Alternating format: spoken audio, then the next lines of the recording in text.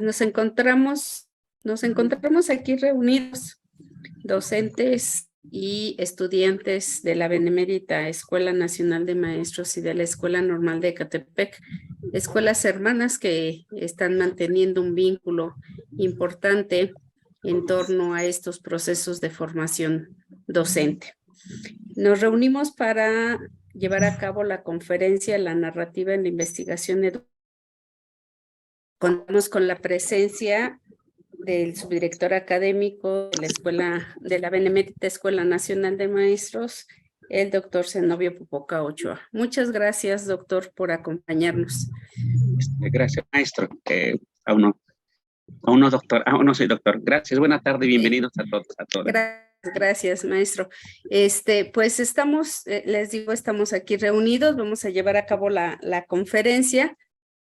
En un momento breve, la doctora María Guadalupe Ugalde Mancera, directora de la Benemérita Nacional, pudiese acompañarnos. Pero sin más preámbulo, estaremos participando y con mucho agrado al doctor Jorge Alberto Chona Portillo. El doctor es investigador educativo desde la hermenéutica y la narrativa. Es comunicólogo social, antropólogo y doctor en pedagogía. Él mismo se considera un observador atento de la escucha, constructor de otros mundos posibles, un narrador de realidades y el recuerdo en la memoria.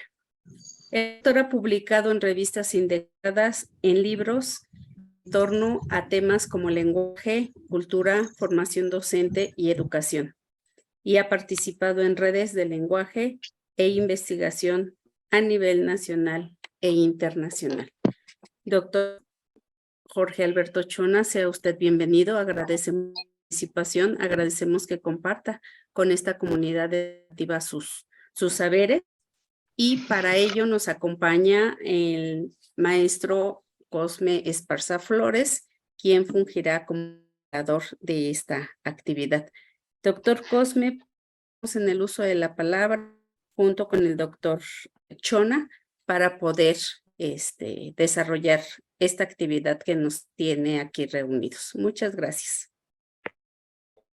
Muchas gracias, maestra Maribel. Pues agradecemos a todos los compañeros, colegas de las diversas instituciones su disponibilidad para esta actividad, y vamos a cederle el uso de la palabra al doctor.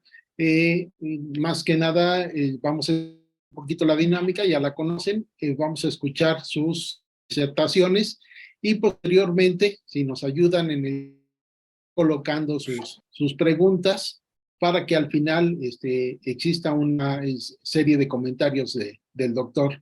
Y bueno, pues uso de la palabra a nuestro invitado y conferencista. Adelante, doctor Chona. Muchas gracias. Primero, perdón por la osadía, pero se me ocurrió subir el programa al Facebook y se enteraron muchos amigos que están aquí presentes. Fabio de Veracruz, de la Pedagógica, entre otros compañeros de Veracruz. Zoila de Perú está también con nosotros. Digo, los que alcancé a revisar, pero había inquietud de compañeros de Argentina, de Colombia, de Guerrero. Los compañeros de la Costa Chica también los vi por ahí, de Guanajuato, ¿no? De muchos lugares, y eso ya me puso nervioso y a la vez entusiasmado. Yo quisiera decir que antes que cualquier grado, así me autonombro, soy el recuerdo en la memoria, caminante de sueño, observador atento de la escucha, constructor de otros mundos posibles, un narrador de realidades. Porque justamente Fabio lo apuntó muy bien, es una charla, no me gustan las conferencias, ¿no? Siento que es como algo muy eurocentrista, ando por ahí de rebelde como siempre, tratando de que las cosas no sean como han sido siempre, sino desde otra posibilidad, ¿no? Entonces, la narrativa justamente va a acceder a la subjetividad. Y muchos investigadores, científicos dirán, entonces, eso no es investigación, eso es ficción. Y dirán, ¿dónde queda la objetividad? Pero justamente un físico de la UNAM, el maestro Herrán, en un taller que tuvimos, nos decía es que la objetividad está en la subjetividad del que selecciona las cosas. Y nos lo demostró con un tubo para poder mirar, con tubo de papel, para poder mirar qué tan objetivos éramos. Y resulta que veíamos un agujero en la palma de la mano y dice, ¿dónde quedó la objetividad? ¿No?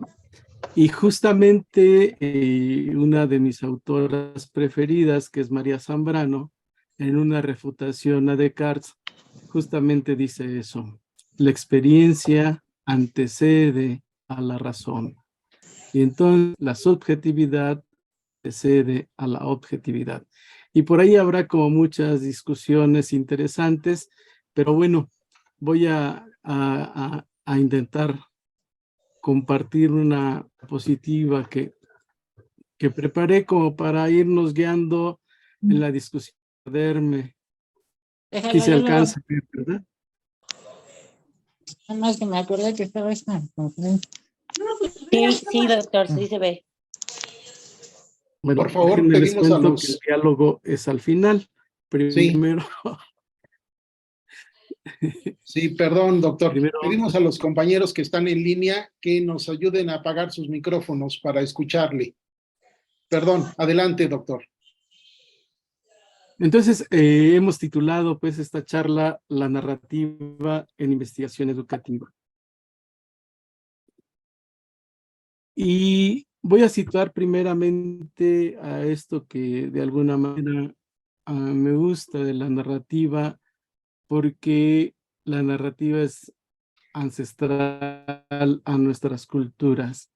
El Popol Vuh, para muchos estudiosos, es el libro del consejo. Y justamente ahorita ando rayando en una investigación que pretendo hacer sobre lo pedagógico de los relatos e historias de los pueblos originarios. Dice, comenzaremos entonces las antiguas palabras, los principios, siembras y las raíces primarias. De todo lo hecho en la ciudad quiché, la tribu de la gente quiché, de cuando allá fue terminado el nacimiento de todo el cielo y tierra, las 4 creaciones, las 4 humillaciones, el conocimiento de los 4 castigos, la cuerda para atar juntos, la línea para atar juntos la matriz del cielo, la matriz de la tierra, ya que ellos no podían aferrar su discurso entre sí, ya que no podía ser entendido como fe hecho de esa manera. Y entonces su carne fue humillada, ellos sirvieron, ellos fueron comidos, ellos fueron matados. Los animales que estaban aquí en la faz de la tierra, hubo otra discusión entre las deidades sobre cómo crear un alabador, un adorador, un partidario, un ayudante. Entonces, su inundación fue inventada por el corazón del cielo. Una gran inundación fue hecha y descendió en las cabezas de aquellos que eran muñecas, quienes fueron esculpidos de la madera. Y entonces aquí, por ejemplo, el centro del relato es justamente el corazón del cielo, que es a su vez tierra, viento, agua, etc. Y si nosotros escarbamos, si ustedes se fijan, por ahí Algo listo, porque no es normal. son las palabras que se anudan, que se enumeran, que se atan para ir dando sentido a algo. Y en este caso es la creación del hombre, el nacimiento de la vida, etc. pero no nos da una explicación, simplemente nos da como algunos pasajes de lo que pudiera ser, y eso me parece que ahí justamente nace la narrativa de la que voy a hablar.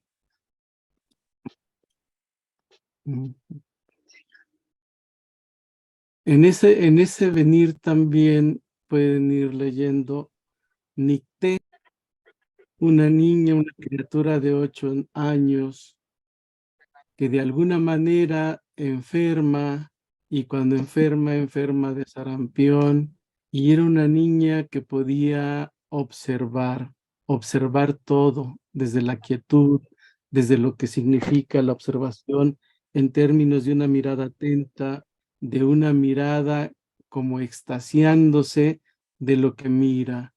Y entonces, justamente por el no saber del Padre, Mi amor, tu ropa para bañarnos. que no le plantea justamente los peligros que pudiera encontrar la niña enferma de sarampión, y es que fueron sembrados como castigo, que era Chacá y Chechén. El que enferma es Chechén y el que sana es Chacá. Pero justamente ahí uno puede equivocarse al no saber mirar las hojas de los árboles, al no saber cómo recuperar la sanación. Y entonces nos habla de chamanes y de tantas cosas, pero está ahí, no nos dice, este es el conocimiento médico, no, los chamanes dicen que entonces puede haber esto y puede haber aquello, y uno lo descubre. Ese es el valor de la narrativa que me propongo. Más para acá, entre relatos náhuatl, por ejemplo, el Socoyote. El Socoyote es el niño pequeño, y dice por ahí, un hombre se convence de la veracidad de un relato de los abuelos cuando encuentra en el bosque un Socoyote, quien a cambio de que le entregue su mecate, le cortó la leña por medio del rayo. Entonces ahí el uso de la metáfora para explicar la vida, para explicar la situación, tiene mucho que ver. Setlacatzi. En tiempos antiguos, un tlacuachito roba el fuego a un anciano y lo entrega a la humanidad. Los eurocentristas se darán cuenta que es el mito de Prometeo, pero está ahí en el tlacuache, y el tlacuache tiene justamente un valor muy, muy, muy centrado en la cultura náhuatl.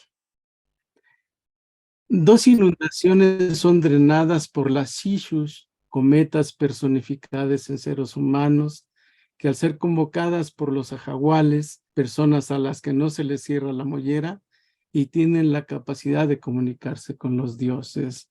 Y vean ahí la importancia, incluso para la medicina moderna, de constantemente los médicos pediatras revisan la cabeza de los niños, de los bebés, y entonces de pronto dicen, ya ha madurado el cráneo, porque ya no tiene el huequito de la mollera. Pero este era un conocimiento ancestral que ya venía desde hace mucho. Tlalocan, un hombre es castigado, y con él toda la humanidad por desobedecer los mandatos de los señores Tlalocan. Desde entonces los seres humanos no pueden entrar al corazón de la tierra, y la metáfora es la lluvia, ¿no? ¿Qué importancia tiene la naturaleza en la vida de los hombres? Y para ir cerrando con esta idea de la narrativa, del libro Relatos del Viejo Antonio, que recuperara el subcomandante Marcos en las selvas del sur, dice, se murió el viejo Antonio, lo conocí hace 10 años en una comunidad muy adentro de la selva, fumaba como... y cuando se acababan los cigarros me pedía tabaco y se hacía cigarrillos con doblador.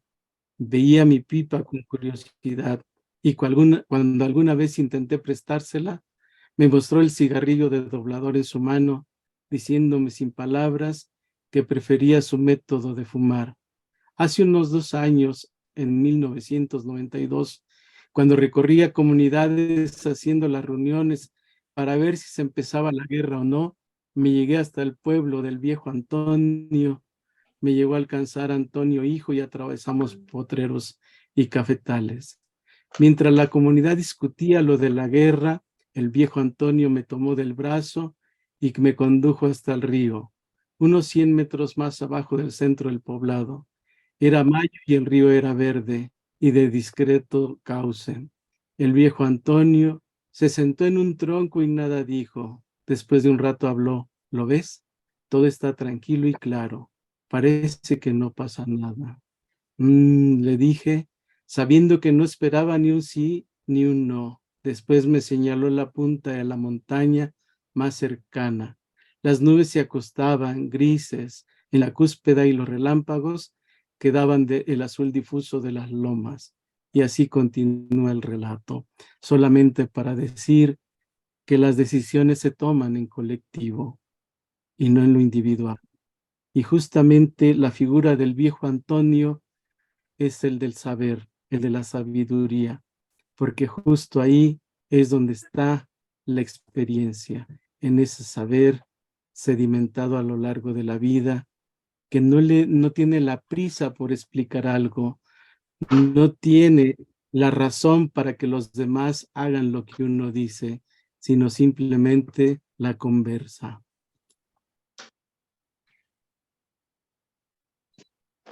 Y entonces, narrar historias siempre ha sido el arte de seguir contándolas, y este arte se pierde si ya no hay capacidad de retenerlas, y se pierde porque ya no se teje ni se hila mientras se le presta oído. Cuando más olvidado de sí mismo está el escucha, tanto más profundo se impregna su memoria del oído. Cuando está poseído por el ritmo de su trabajo, registra las historias de tal manera que es sin más agraciado el don de narrarlas.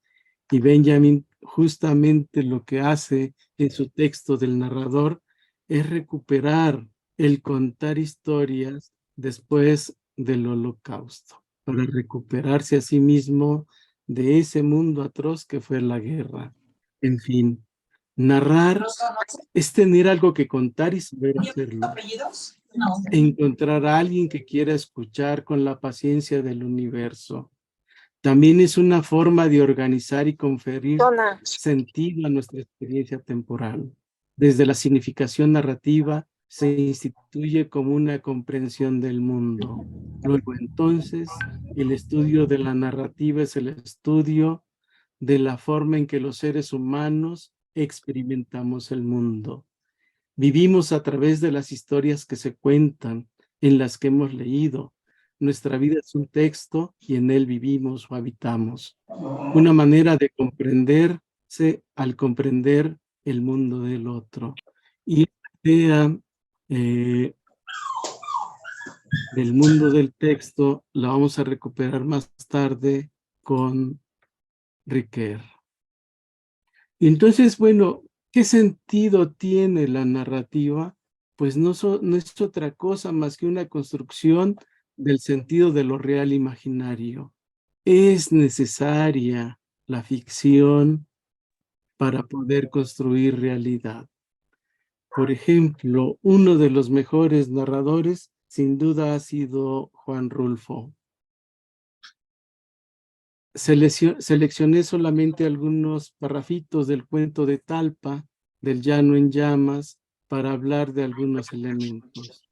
Natalia se metió entre los brazos de su madre y lloró largamente allí con un llanto quedito. Era un llanto aguantado por muchos días, guardado hasta ahora que regresamos a Sensontla, y vio a su madre y comenzó a sentirse con ganas de consuelo. ¿Por qué Rulfo comienza por el final? Y es que uno tiene la posibilidad de construir la enunciación narrativa no solamente desde el inicio, y es que a veces nos han contado muchas historias, y la historia de la investigación es que demos paso a paso cómo se planteó el objeto de estudio y luego cómo se desarrolló y cuál fue su abordaje metodológico, y tiene una secuencia, pero nadie dice que deba ser así. A veces es preferible plantear los hallazgos y a partir de ahí descubrir o irse por los senderos, por los caminos que nos condujeron a ello. Porque la cosa en Talpa es que a Tanilo Santos entre Natalia y yo lo matamos. Lo llevamos a Talpa para que se muriera y se murió.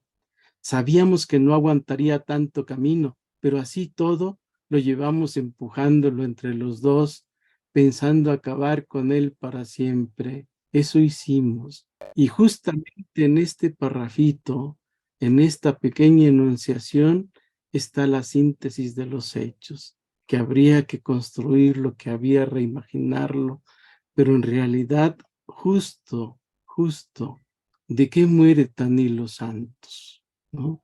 De una enfermedad, de un contagio, ¿de qué muere? ¿No? Y si uno escarba en los hechos, en los sucesos, hechos que están construidos en el cuento de Rulfo, se da cuenta de muchas cosas. Pero esta es la síntesis. Por eso la elocuencia de Rulfo. Algún día llegará la noche. En eso pensábamos. Llegará la noche y nos pondremos a descansar. Ahora se trata de cruzar el día, de atravesarlo como sea, para correr del calor y del sol.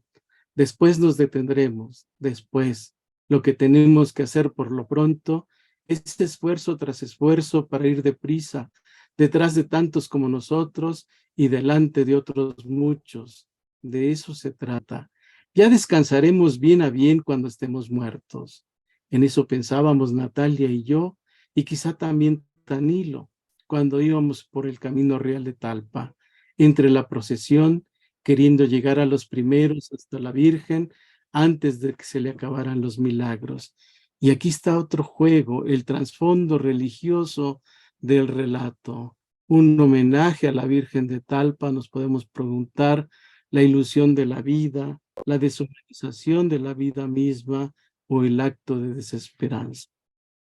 Sin embargo, antes, entre los trabajos de tantos días difíciles, cuando tuvimos que enterrar a Tanilo en un pozo de la tierra de Talpa, sin que nadie nos ayudara, cuando ella y yo, los dos solos, juntamos nuestras fuerzas y nos pusimos a escarbar la sepultura, desenterrando los terrones con nuestras manos, dándonos prisa para esconder pronto a Tanilo dentro del pozo y que no siguiera espantando ya a nadie, con el olor de su aire lleno de muerte. Entonces no lloró, ni después al regreso cuando nos vinimos caminando de noche sin conocer el sosiego, andando a tientas como dormidos y pisando con pasos que parecían golpes sobre la sepultura de Tanilo. En ese entonces Natalia parecía estar endurecida y traer el corazón apretado para no sentirlo bullir dentro de ella, pero de sus ojos no salió ninguna lágrima. Y es que justamente la historia narra de los amoríos entre el hermano y la cuñada, ¿no? Y que justo es lo que hace, de alguna manera, perder la esperanza a Tanilo y tratar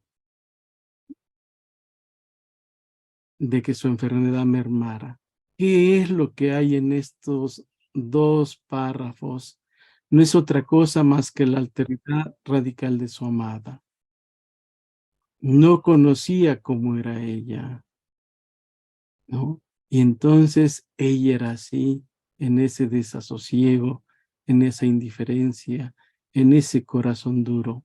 Bueno, todas estas cosas, justamente lo que vamos construyendo es lo que Brunner llamaría la construcción narrativa de la realidad.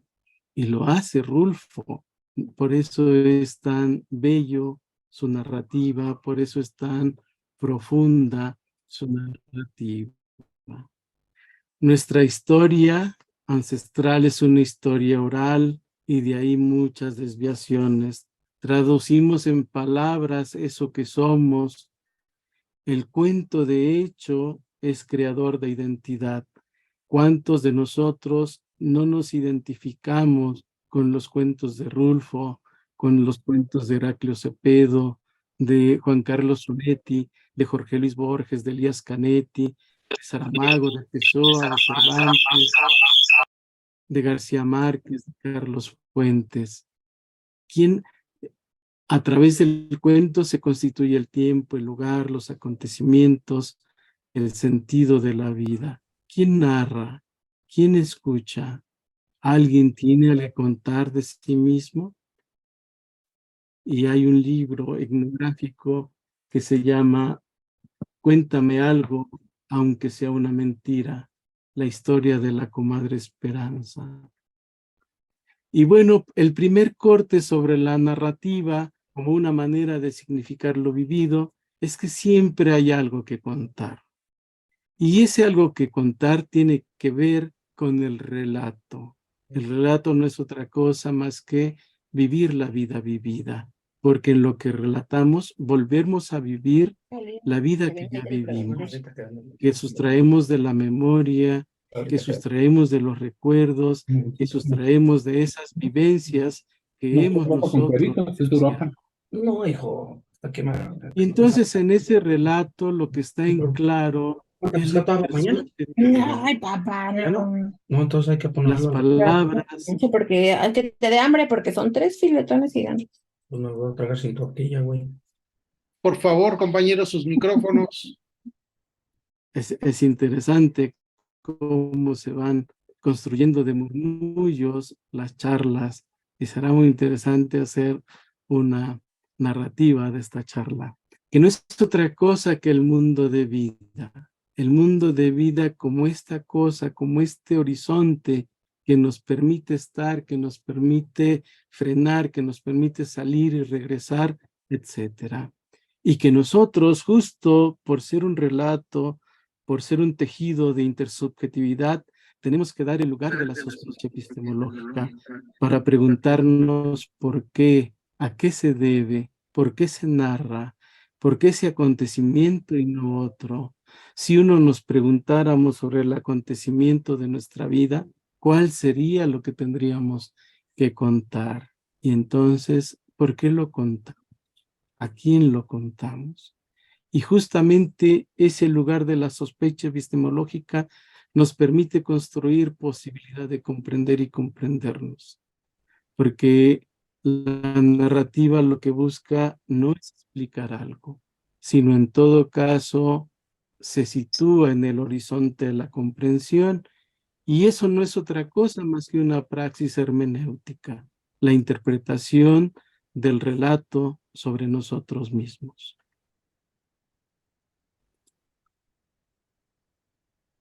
Entendemos o entendamos por narrativa la cualidad estructurada de la experiencia entendida y vista como un relato. Por otro, como enfoque de investigación, las pautas y formas de construir sentido a partir de acciones temporales personales por medio de una descripción y análisis de datos biográficos o autobiográficos.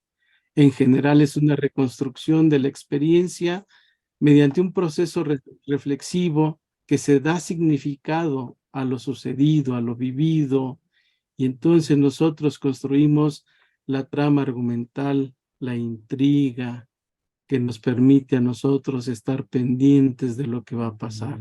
Y eso no es otra cosa de que llaman Clandini y Niconelli, que son los constitutivos de la figuración narrativa.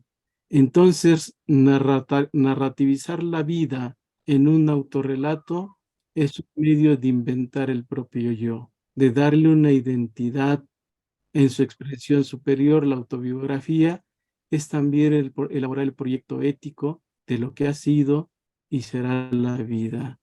¿Se imaginan si docentes, investigadores, construyéramos ese proyecto ético de lo que ha sido y será la vida? No sé qué podría pasar. Quizás ustedes lo tengan más claro.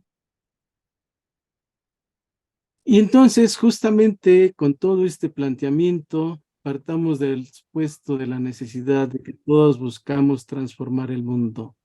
Pero para transformarlo, necesitamos reinterpretar el mundo. ¿Pero desde dónde? ¿Desde qué epistemologías? Y aquí surge la narrativa como una posibilidad que se nutre, ¿no? En principio, desde lo que yo he logrado incorporar a mi práctica, desde Connelly Clandini, en términos sobre el fenómeno que se investiga. La narrativa como producto o resultado escrito o hablado, como método de investigación, investigar como forma de construir o analizar los fenómenos narrativos. El uso que se puede hacer de la narrativa con diferentes fines, la reflexión, la transformación de la práctica o la formación del profesorado, de los maestros. Y entonces la tarea de investigación en la narrativa consiste en solicitar contar historias acerca de acontecimientos y acciones y construir análisis comprensivo, interpretación y construcción de nuevas historias o relatos, que algunos vamos a llamar metarrelato. De hecho, la tesis no tendría que ser otra cosa más que un metarrelato. En fin, como uno tiene algunos vicios, inicio con esta idea de lo antropológico.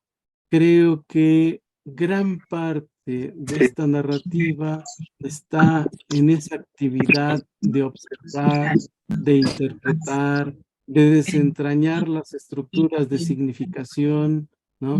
De encararnos con estructuras conceptuales complejas, entrelazadas, superpuestas, extrañas, para tratar de captarlas, comprenderlas y explicarlas. Entonces, desde lo etnográfico, más que un inventario, es el arte de la descripción de esa realidad en la que estamos. El carácter hermenéutico del trabajo etnográfico versa sobre el sentido y el valor de lo que son las cosas para las personas, para los grupos sociales. Y no desdeñemos que un antropólogo que ha estado en una comunidad durante años suma el punto de vista de los nativos. Aunque después, cuando emerge a su mundo, resulta que no era así. Escribir el relato de mis propias experiencias, dice Nigel Barley, cuando oye hablar a alguien, el doguayo se queda con la mirada fija en el suelo, se balancea hacia adelante y hacia atrás y va murmurando, sí, así es, muy bien, cada 5 segundos aproximadamente. Si no se hace de esta forma, el hablante calla de inmediato. En cuanto adopté este método, mis entrevistas se transformaron. Y es que justamente un antropólogo es inocente porque quiere llegar con su occidentalización, con su extranjerismo, y no, el antropólogo, así como muchos otros, nos descubrimos otros en el momento en que nacemos, como los nativos de esa comunidad. Y por eso aquí mi intención de recuperar justamente la antropología cultural, la antropología simbólica, la antropología interpretativa. Clifford Geertz, en esa definición del estar allí, en su texto del antropólogo como autor, dirá que los antropólogos, para hacernos tomar en serio, lo que dicen tiene menos que ver con su aspecto factual o su aire de elegancia conceptual que con su capacidad para convencernos de que lo que dicen es resultado de haber podido penetrar, o si se prefiere haber sido penetrados por otra forma de vida, de haber de uno u otro modo realmente estado allí. ¿Quién ha estado allí? Y es donde interviene la escritura para dar cuenta. Maestro Jorge Chona, perdóname. Es que hay mucho ruido y ¿qué crees? Tenemos un problema con el administrador y tenemos a 4 personas que siguen con el micrófono abierto. Es Nelly, veo a Juan Gutiérrez y otras 2 personas y la verdad es que es muy molesto que estén hablando y no podamos escucharte. Perdón, pero tenía que interrumpir. Por ahí el maestro Cosme es el anfitrión. Entonces, Cosme, para que silencies, por favor, a los compañeros. Gracias,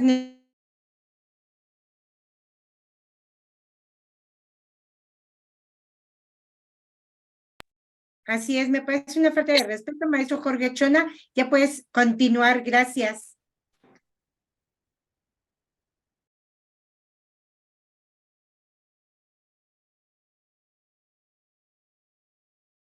Tienes apagado tu micrófono.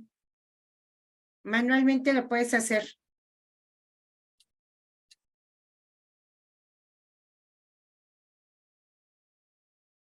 Listo. Entonces, decía que Renato Rosaldo, otro antropólogo cultural, en un paso donde se da lo y yo le llamé el consejo paterno, y se van a dar cuenta que tiene que ver mucho, si esta es una cultura africana, con nuestra cultura originaria. Le lloriqué a mi padre, quería caminar con él. Me dijo, ¿por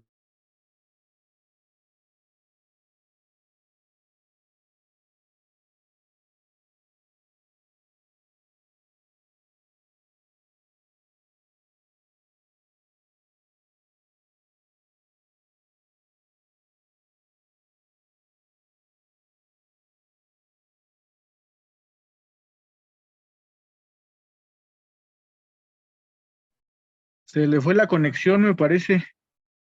Sí, parece, pero ya lo vi nuevamente.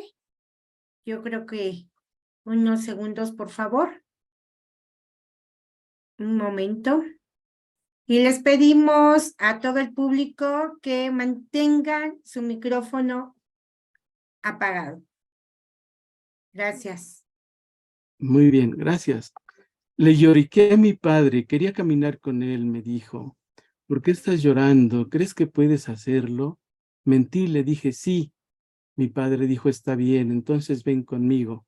Pero recuerda, si lloras, a ver quién te carga. Dije, sí, soy fuerte y bueno para caminar. Me explicó un rato más y luego fuimos bastante lejos. Ya te imaginas, me puse a llorar.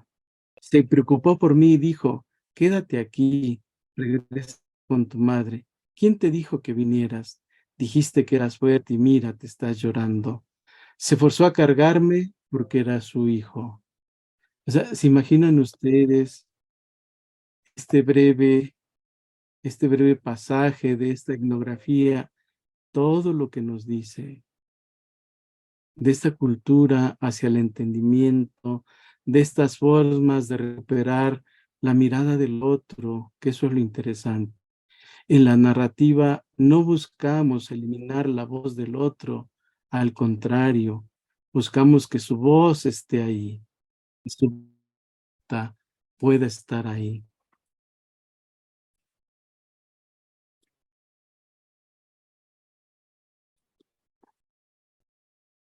Y entonces elaborar narrativas, en este caso etnográficas, nos transforma.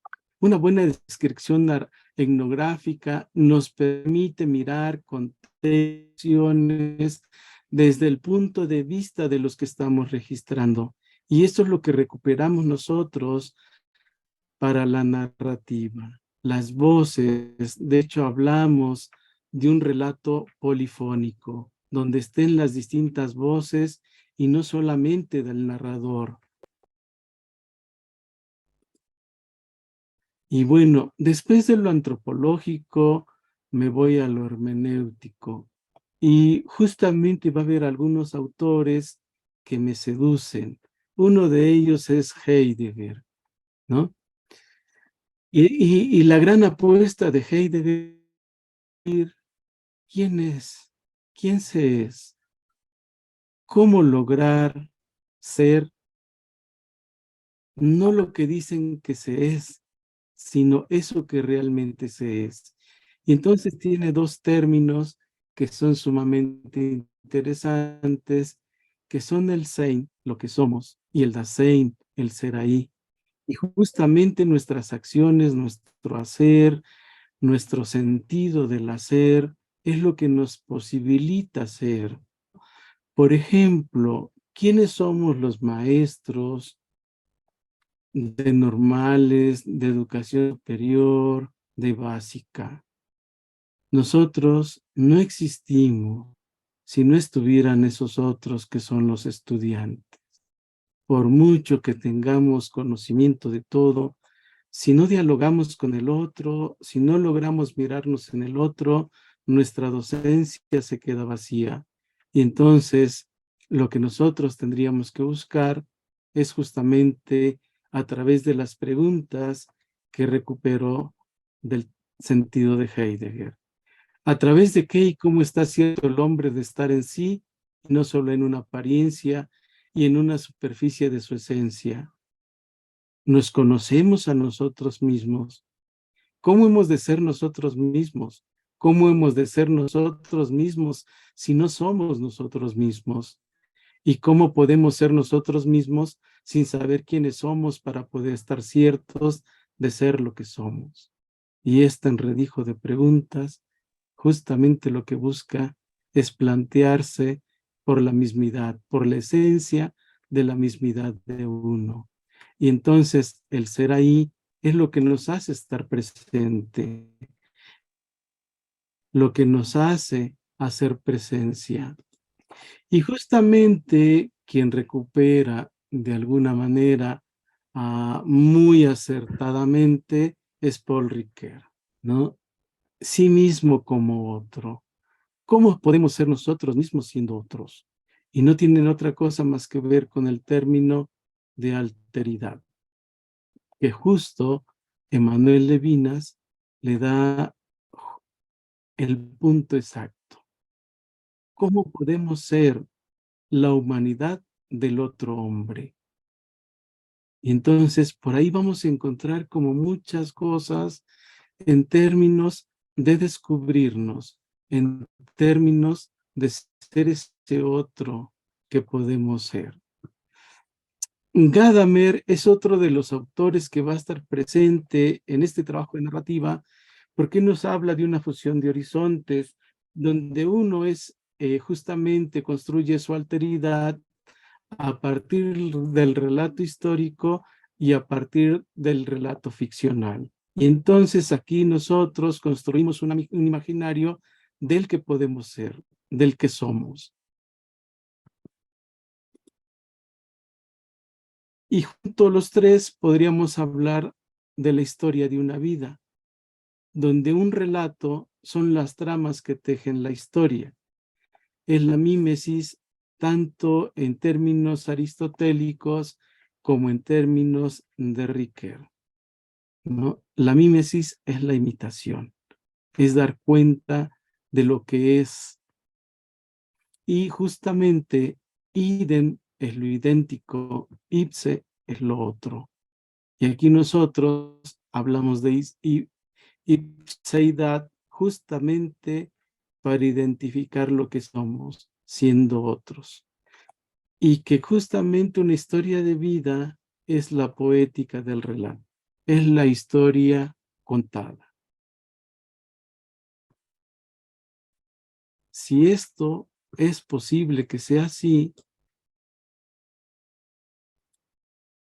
entonces, cuando hablamos de comprender, pensemos en esa fusión de horizontes, donde hay un proceso de transformación de cara a la subjetividad, una metamorfosis generada por el principio de reflexividad, de un retorno reflexivo que me asemeja a otro, ser otro a partir de la mismidad, porque es un movimiento de ida y vuelta para ser otro. En la experiencia de eso que me pasa, uno se descubre como otro, como algo otro, completamente otro, radicalmente otro. Entonces, el acontecimiento que eso que me pasa desde el principio de transformación, constituye un diálogo cultural entre el espacio-territorio y las dimensiones subjetivas de la representación. Porque como diría Riquer, la experiencia no es ya lo que pasó, sino esa significación que uno tuvo en tanto que somos modos de ser, ¿no? Y aquí, entre Heidegger y Riquer, vamos a encontrar que la vida es vivida y la historia es relatada, que la interpretación es el arte de comprender y que la vida aprende a la vida, la hace suya, la dimensiona, etc. Entonces, bajo estos supuestos que se van a nutrir con la investigación, pensemos en la investigación como donde el investigador se pregunta a sí mismo, se entrevista acerca del tema a investigar, su búsqueda que desea iniciar a partir de herramientas metodológicas con las que cuenta, composiciones teóricas que subyacen en su mirada. Entonces una investigación suele iniciar cuando el investigador se encuentra en su entorno, donde de manera intencionada buscamos que se den procesos de formación y esto nos lleva a preguntarnos cosas, querer averiguar algo.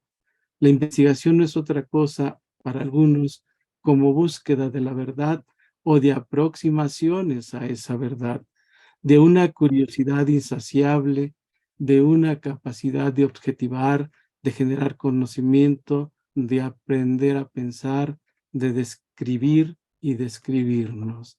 Si tomamos ese supuesto de investigación, entonces efectivamente a través de la investigación construimos conocimiento, porque cuando investigamos encontramos términos como verdad, realidad, conocimiento, todos ellos en el análisis final que deben entenderse siempre a la luz de un esquema conceptual específico, de una teoría, de un paradigma, de una forma de vida, de un juego de lenguaje, de una sociedad, de una cultura, y que tiene que ver con una posición atenta a la discontinuidad, a las rupturas, a la dispersión, a las tensiones, a lo único, a lo específico, y aquellas narrativas inconstantes y asombrosas que han conformado al y son producto del hombre, son las que nos permiten construir conocimiento, comprender a partir de esas narrativas los fenómenos sociales que nosotros vamos encontrando de la vida, de la escuela, de la formación, de lo que ustedes quieran. Y decía al inicio, hay un falso dilema en la investigación. El positivismo busca el objetivo, hacer ciencia, distancia entre investigador y objeto investigado y construir explicaciones. La investigación narrativa no busca contar una historia desde una interpretación hermenéutica para comprender. Los hablantes hablan de ellos mismos sin silenciar su subjetividad, que no quiere decir que lo demos por verdadero, sino porque ahí hay un fenómeno a revisar, a analizar, desde cómo se tejen las palabras, los personajes, las acciones, etc. Y por lógica, la narrativa tiene una herramienta que es el relato. El relato puede construirse, y aquí hay una distinción entre historias de vida y relatos de vida. Sin embargo, el relato en sí puede ser, en términos del mitos aristotélico recuperado por Gadamer, como esa narrativa que no necesita comprobarse, sino solamente existir. Porque el relato ha estado en todo, desde todo el tiempo, en todos los lugares, en todas las culturas, en todas las sociedades. Y el relato es una construcción de una nueva narrativa de la vida hecha por nosotros mismos, que nos permite recuperar la relevancia de la experiencia y reflexionar sobre los rasgos sustantivos de esa experiencia. Entonces, el relato es una construcción narrativa del tiempo, que como dijera Riquer, existimos a través del tiempo. No existimos sino en ese tiempo narrado. A partir del relato, el sujeto repiensa y reinventa su vida, toma autoría de los hechos, puede imaginar otras posibilidades de acciones futuras, de actuaciones. El relato autobiográfico que un sujeto hace de su proceso formativo se convierte en un medio para establecer vínculos más estrechos entre formación y vida. El relato permite reconfigurar el mundo de la vida, no para volver a vivir la vida que fue, sino vivir narrativamente el sentido de esa vida, que para Riquer es la mímesis 3. Alguien que me gusta mucho la manera en que lo aborda en términos de esa narrativa autobiográfica es Delory Monberger. Ella instala una hermenéutica de la historia de vida como un sistema de interpretación y de construcción que sitúa, une y da significado a los acontecimientos de la vida como elementos organizados dentro de un todo.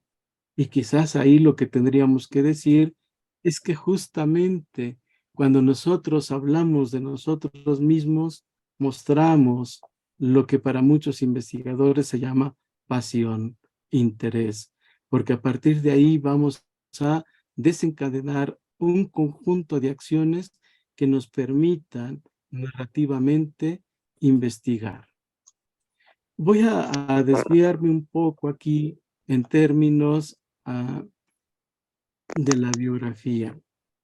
La biografía puede y es considerada como una novela verdadera. ¿Qué quiere decir esto?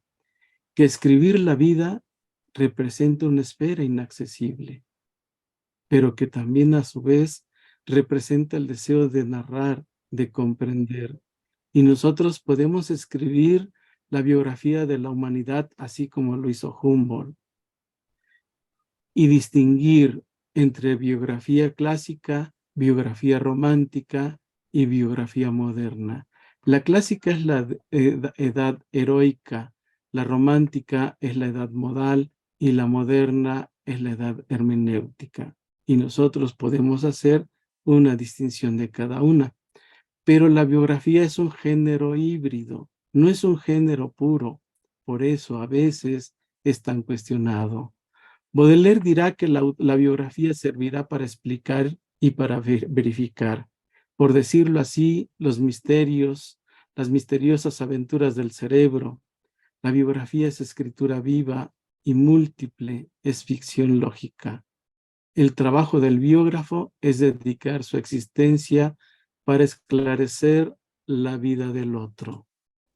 Y entonces ahí el género biográfico ha sido desarrollado durante mucho tiempo, ¿no? Por ejemplo, quien ha estudiado a Prometeo, hablamos de que lo viejo y nacible no es otra cosa más que el tejido del saber. Y algunos metodológicos de lo autobiográfico tienen que ver con, para distanciarse un poco de la biografía, en términos de recurrir a la ficción ante la imposibilidad de restituir la riqueza y complejidad de la vida real. La vida es un entretejido de memoria y olvido, y entonces ahí dense cuenta, a veces, por ejemplo, no nos acordamos de las cosas y tenemos que preguntar.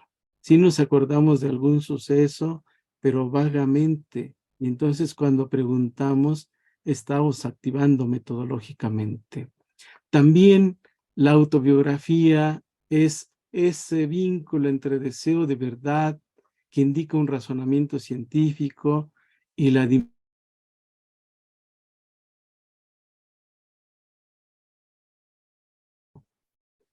una narrativa siempre nos va a mantener interesados, intrigados.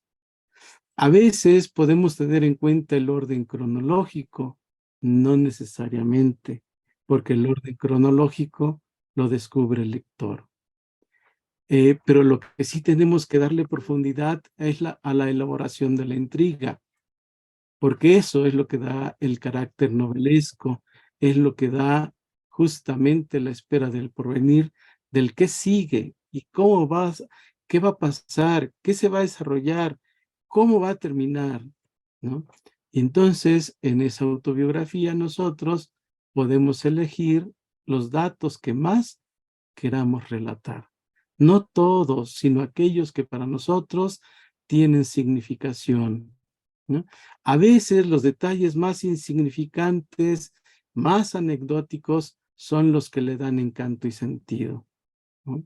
Y justamente, cómo recuperar los pequeños detalles insignificantes, que uno dice, no, eso no, pero resulta que sí.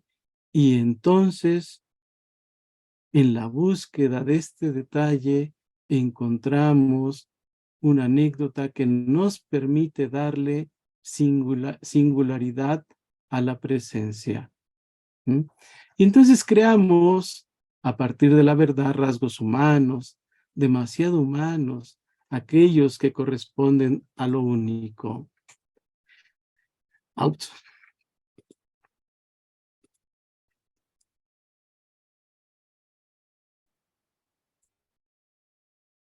Y para distanciarnos del título con que inicié este tramito, se escribe una biografía, no una novela.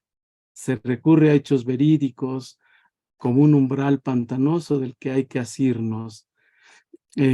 Circulamos entre mímesis y vidas imaginarias para referirnos a una distinción epistemológica, porque justamente está el quehacer de la narrativa, construir desde otras epistemologías, de cómo narrar acontecimientos, de cómo entretejerlos, entremezclarlos, para que esa narrativa sea auténtica, sea viva, ¿no? Y entonces, justamente a partir, podríamos decir que al escribir la biografía, ¿no?, uno escribe la identidad, su misma identidad. Cuando uno escribe la historia de otro, está plasmando parte de nosotros mismos.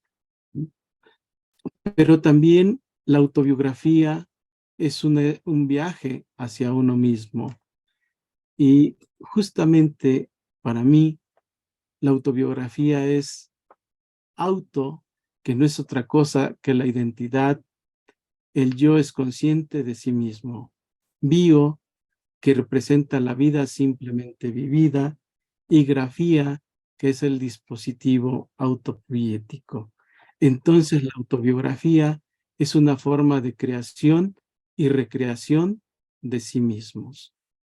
Para escribir, podemos tener cartas, registros, diarios, relatos, todo tipo de documentación, audio, fotografía, video, todo lo que llamemos documento, hasta las actas de nacimiento, pueden constituir para hacer un relato, ¿no? Los diarios, nosotros los profesores somos muy dados a llevar el diario, pero ese diario no lo utilizamos. La estructura mínima de un relato puede ser que tenga contexto, personajes, acciones, metas, fines, voz del autor, voz del narrador, trama, que esté entre la memoria y la narrativa como una forma de recuperar mi historia, mis experiencias con mis conocidos, etc. Utilizar el lenguaje el lenguaje para mediar la experiencia y las acciones, para recuperar los recuerdos, porque la memoria es un proceso y una función que ayuda a organizar la experiencia. Y lo que en realidad debe tener un relato es una trama argumental que nos permita ir y venir. Y aquí algunos pequeños ejemplos de cómo la narrativa sobre el interés personal genera en un horizonte de sospecha, de inquietud, que van a posibilitar la construcción del objeto de estudio. Dice, por ejemplo, resumir 22 años de mi vida en unas hojas de papel se oye algo complicado y lo es. Escribir las cosas que me llevaron a ser lo que soy implica afrontar los monstruos de mi pasado y volver a vivir los momentos formidables y maravillosos, todo con el fin de encontrarme, de crear un lazo con el lector que le permita ver a través de mis palabras lo importante que es mi carrera. Imagínense esas palabras que dice una joven de 22 años. Miles de recuerdos invaden mi cabeza al hacer un recuento de mi vida o pensar en qué me trajo hasta aquí. Mi nombre es Belén, una joven llena de sueños y esperanzas, ilusiones y desilusiones, miedos y tropiezos que inevitablemente me han dejado gratas experiencias de las que he aprendido, ¿no?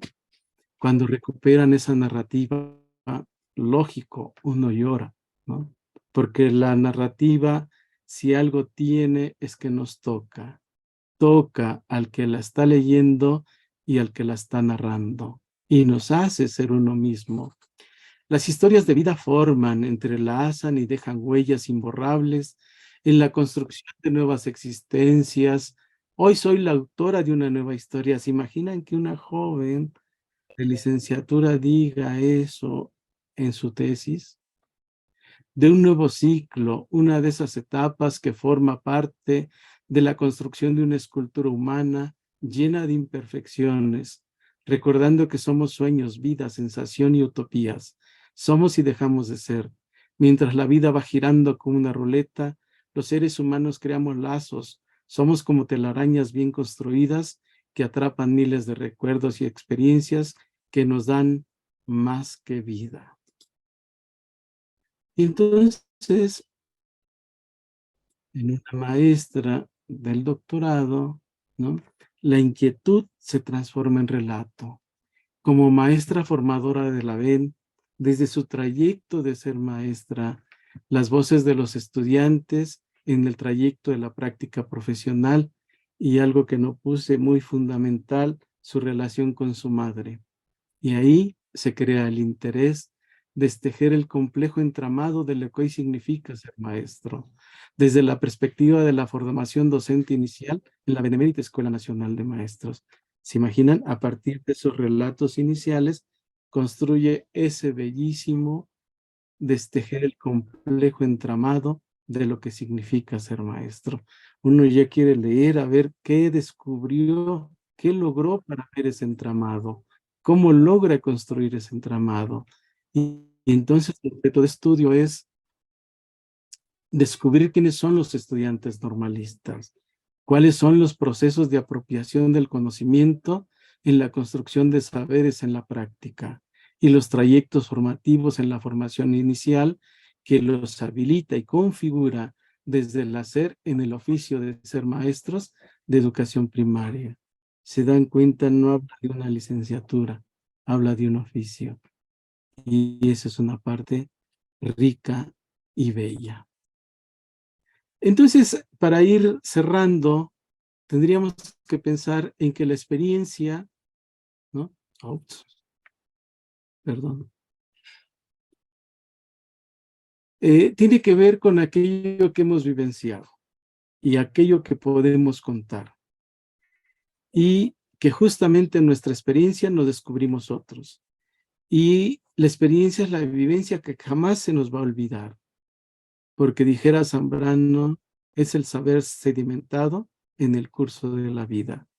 Entonces, sedimento es igual a acumulación, que es excedente, que es saber. Si nosotros recuperáramos esta tesis de María Zambrano, encontraríamos horizontes comprensivos a la nueva escuela mexicana. La interpretación, dice Riquer, es el excedente sentido, es la significación. Al relatar la experiencia, no se relata toda la experiencia, sino lo vivido, el proceso de significación. Y fíjense este relato, espero estar en el tiempo, ya no más faltan 3 elementos que contar, que nos llevarán como 5 horas más. Cuando volteé a ver a Rafa, me di cuenta del temor que se reflejaba en su rostro, en sus gestos. No podía articular palabra, pareciera que buscaba que yo lo protegiera de ese hombre de hierro. Al mismo tiempo, comprendí el sometimiento en que se encontraba la señora, quizá por la costumbre o porque no tiene otra alternativa. Este pequeño párrafo nos permite hacer análisis de género, análisis de las infancias, etcétera, en un contexto de la tierra caliente de Michoacán. Me di cuenta de todo lo que pude haber hecho por él, darle más cariño, más atención, más amor. Ya no pude más y lloré en silencio mientras pasaba el bocado con mucho esfuerzo, porque le invitaron a fin de año a comer mole de guajolote. Y ella era la única que comía y pues se atragantaba con las lágrimas que no podía mostrar porque también se las estaba tragando. Y entonces, dice ella, es una maestra de preescolar, Rafa es un niño con labio leporino que le encantaba no meterse al salón, sino estar en el patio todo el tiempo. Escribo esta experiencia porque no quisiera que ningún otro compañero le pasara esto, ya que es una experiencia que marcó mi vida. Desde ese momento me propuse observar un poco más, acudir a la asesoría de algún especialista, consultar obras sobre problemas de aprendizaje, hacer visitas domiciliarias, ser discreta y prudente para poder ayudar a la gente que me rodea. Pero también quiero expresar un mensaje a las compañeras educadoras para que tengamos una actitud diferente, que pongamos más atención a cada uno de los Rafas que tenemos en nuestros grupos, disfrutando cada uno de sus pequeños avances, que podamos compartir nuestros Rafas siendo feliz y haciendo feliz a los niños que tenemos en nuestro jardín, compartiendo con ellos sus sentimientos, emociones y pensamientos, sabiendo que lo más importante es rescatar al ser humano sin presionarnos por querer saturar al niño de contenidos racionales y fríos que no servirán de nada si no sembramos el amor, el afecto y la comprensión. O sea, esta reflexión que hace la maestra a partir de narrar un acontecimiento es la reconfiguración o la triple mímesis de la que habla Riquer. ¿Se imaginan ustedes que estos relatos nutrieran los programas formativos de la docencia? O sea, ¿a dónde nos llevarían? No lo sé, pero sería interesante. Y bueno, entonces voy a saltarme esta idea de la experiencia para irme a esta parte. No se crean que todo es sencillo, que todo es fácil, que todo está hecho. No. En el análisis de las narrativas hay un conflicto epistemológico. ¿Cómo dar sentido a los relatos, a estos datos autobiográficos o a los relatos de vida? Yo me tardé 4 años en descubrir cómo hacerlo, ¿no? Porque enamorado de los relatos, no quería seccionarlos, no quería despedazarlos, quería mantener su unidad narrativa. Y entonces justamente lo que hice fue acumular los relatos y casi escribir un libro sobre los relatos, pero eso no lo aceptaban como tesis. Entonces lo que hice fue crear una metodología que es de la trenza. Es decir, poner en el mismo horizonte de participación al teórico, que al narrador, que en este caso era yo, y a los autores de los relatos. Y a veces empezaba el relato de uno para descubrir a otro. Y justamente en ese análisis de narrativas, uno va encontrando cosas. Por ejemplo, una maestra, Mije de Oaxaca, que trabaja con niños, las leyendas, encuentra que la traducción de una lengua a otra es cultural,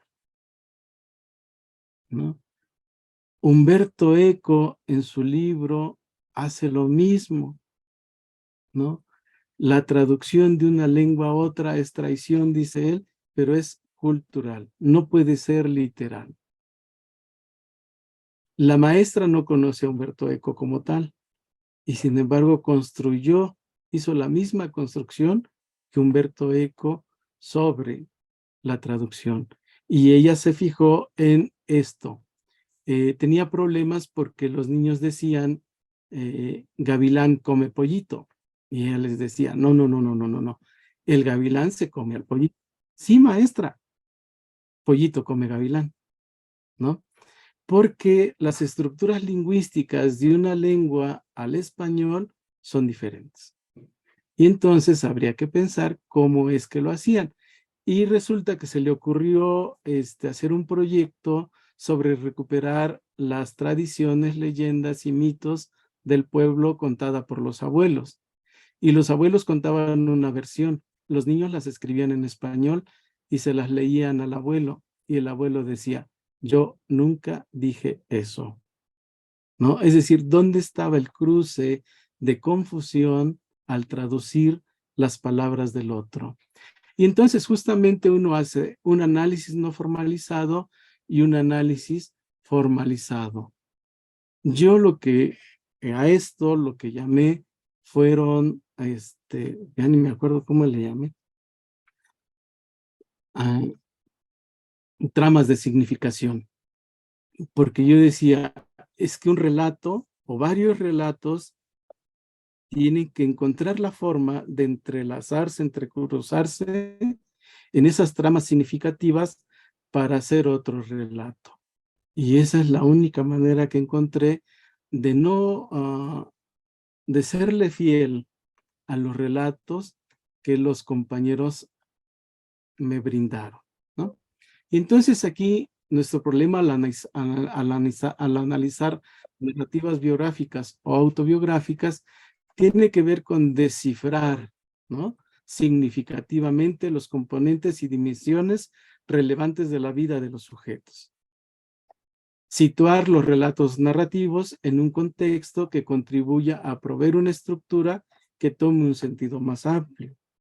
Reconstruir los relatos de acuerdo con modos paradigmáticos aceptados de analizar de la información. Entonces, justo como tiene que estar la voz teórica, yo fui haciendo ese entrelazamiento, que no fue fácil, ¿no? Y entonces, bueno, el análisis tiene que ver con la cronología de la historia de vida narrada, tiene que ver con análisis temático, su estructura, fondo, etcétera. Tiene que ver con la reconstrucción de la historia, tiene que ver con un microanálisis de segmentos de textos individuales y tiene que ver con una comparación contrastada entre el relato narrativo y la autobiografía realizada para construir interpretaciones y sentidos del contexto de los relatos. Entonces, uno se sumerge en las subjetividades del relato para ir encontrando esas tramas de significación que van a permitir hablar de otras cosas, ya no solo del relato en sí, sino de las enunciaciones del relato. Por ejemplo, así de manera rápida, podría decir que una partecita que está en muchos relatos es el juego de los niños. Y entonces la maestra se quiebra la cabeza porque dice, ¿cómo el juego va a ser lo que guíe mi trabajo docente? Pero entonces la maestra se descubre otra al escuchar a los niños cuando le dicen, juguemos, maestra, juguemos. ¿Y a qué jugamos? Carritos, ¿no? Y la maestra dice, ¿y cómo vamos a jugar carritos? ¿Y cómo le vamos a hacer? Y entonces dice, pues ahí vemos medidas. Entonces va encontrándole sentido a su docencia a partir de que va escribiendo, recuperando las voces de los niños. En fin. El análisis del relato tiene que ver con la complejidad. Yo les planteo estos 5 elementos nada más, que un relato es una unidad narrativa y por lo tanto tiene que dar cuenta de una historia que tiene inicio, desarrollo y final, que recrea a través de la ficción lo pasajero y contingente de la visión del humano, que es a través del lenguaje y la voz narrativa donde tiene que encontrarse la alteridad del texto, es decir, el otro relato. Para ello, el otro concepto es la fusión de horizontes, donde vamos a hablar de un tiempo. El tiempo presente siempre es pasado, el futuro siempre es presente y el pasado simplemente es. Entonces aquí lo importante es, si contamos en pasado, sin contamos en presente para hacer presente el futuro, pero nunca contar del futuro porque no sabemos qué va a pasar. Del conocimiento de la realidad. Y entonces ahí tenemos dos relatos, el relato histórico y el relato literario, ¿no? El relato de los hechos documentados y el relato de la ficción. Conjuntar esos dos relatos posibilita tener una nueva visión, una nueva conciencia del mundo, de un nuevo relato. Fusionar esos relatos, lo histórico y lo ficcional. Lo histórico es lo que nos permite ser y lo ficcional es la recreación que hacemos de ese ser. Y entonces el otro término es el mundo de texto. Y el mundo del texto no es otra cosa más que las maneras en que nosotros vamos a encontrar cómo esas representaciones imaginarias van dando sentido a la realidad, van construyendo esa realidad, van problematizando esa realidad, pero tendríamos que meternos en el mundo del texto, no en lo que el lector quiere ver, no en lo que el narrador quiso ver, sino en la manera de la estructura, la manera en que está enunciado el texto, ¿no? Y el último, que sí es producto de mi creación, las tramas de significación, en esta idea de hacer historias cruzadas para elaborar un metarrelato, que ya no es el relato mismo, sino es ese otro relato, el cual todo mundo va a querer mirar para encontrar otras perspectivas. Y entonces, cuando nosotros ya lo definimos en un proceso informativo, tendríamos que tener en cuenta tres cosas, y ahí nos vamos a pelear. Uno, interpretar es dar significado a los hechos o datos en un proceso de reconstruir, trasladar o encajar las distintas piezas en un buen bricolage, ¿no? Dos, la investigación biográfico-narrativa da lugar a un informe que es una forma particular de relato, que no es otra cosa que la reescritura del sentido del discurso que será leído por otros lectores, otros narradores, y que da lugar a una buena historia narrativa. Y por último, y ahí es donde nos peleamos, en el informe convencional APA no encaja la investigación narrativa, y en la narrativa no encaja APA. Entonces, ¿qué hacemos? Cuando todos los textos de investigación nos piden que estén validados por referencias APA. Y ahí pues es una labor que habría que descubrir. No la tengo clara, ni la tengo precisa. Solamente me he peleado. Y por último, y esta también es como la creación de mi definición de relato, vivir la vida vivida. Vivir la vida vivida es la metáfora del relato. Se narra una vida ya vivida, vivenciada, para poder volverla a vivir como otro. El habitar a partir de las propias historias, del cómo sentimos, cómo pensamos, cómo comprendemos y cómo accionamos, que no es otra cosa más que un proceso de deconstrucción. La reconstrucción del acto de escribir nuestras propias historias desde la experiencia narrada. Y bueno, muchas gracias.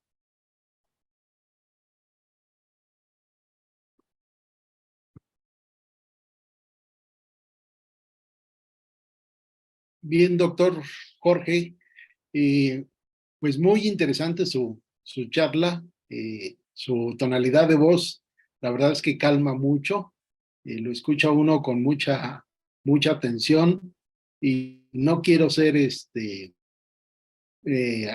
una comparación inadecuada, pero me recordó mucho la forma de dialogar de el valedor Tomás Jarro, el estilo de cómo platicar, cómo ir narrando esta parte y la profundidad que tiene el texto para encontrarlo. Nosotros hemos utilizado un poco esto de la narrativa y sin pedir que los alumnos lo hagan en su diario de clase. Y entonces después el diario de clase vuelve una forma de cómo citar estos relatos. pero bueno, es una estrategia que podemos compartir. Bien, no sé si los compañeros, alguien quiera participar, tomar la palabra. Hay cosas muy interesantes que retomar. Y si alguien quiere hacer algún comentario, Fabio, lo escuchamos. Hola, ¿qué tal? Jorge Alberto, qué gusto verte. ¿Me escuchas? Sí, Fabio. Qué gusto verte, escucharte. Es un placer. Generalmente nos encontramos en los eventos, en los congresos.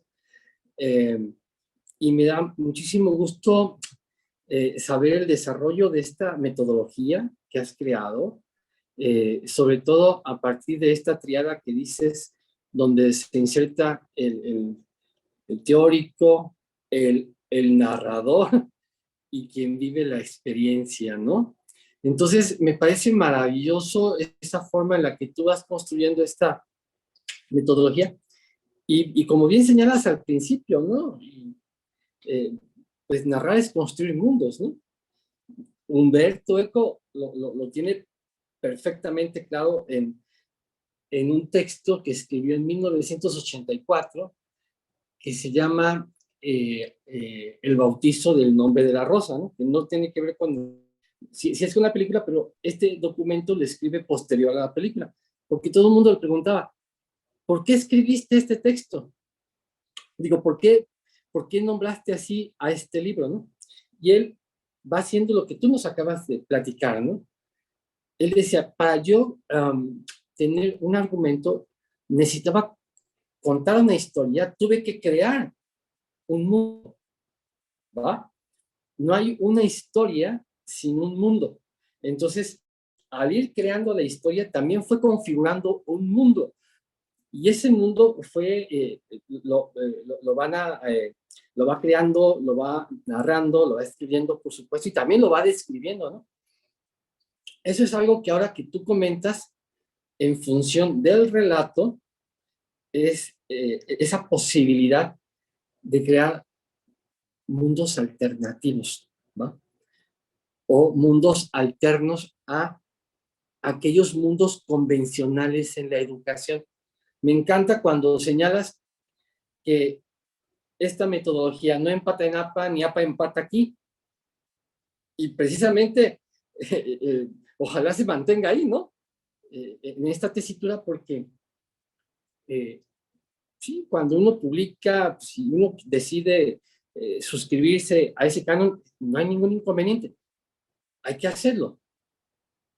Pero también, de vez en cuando hay que salirse de esos márgenes, hay que salirse de esa caja, hay que pensar fuera de esa caja. Y me parece que lo logras con mucha claridad, Jorge Alberto, te felicito, es un gusto escucharte. Y como bien decía el colega, con tu voz nos vas permitiendo la concentración y adentrándonos en tu mundo, ¿no? En tu mundo del relato. Muchísimas gracias, José Alberto, de verdad que es un gustazo verte.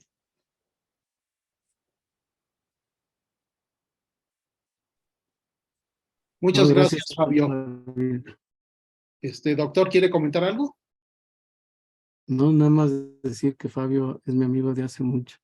De hecho, yo aprendí de él a hacer investigación evaluativa cuando andaba por acá.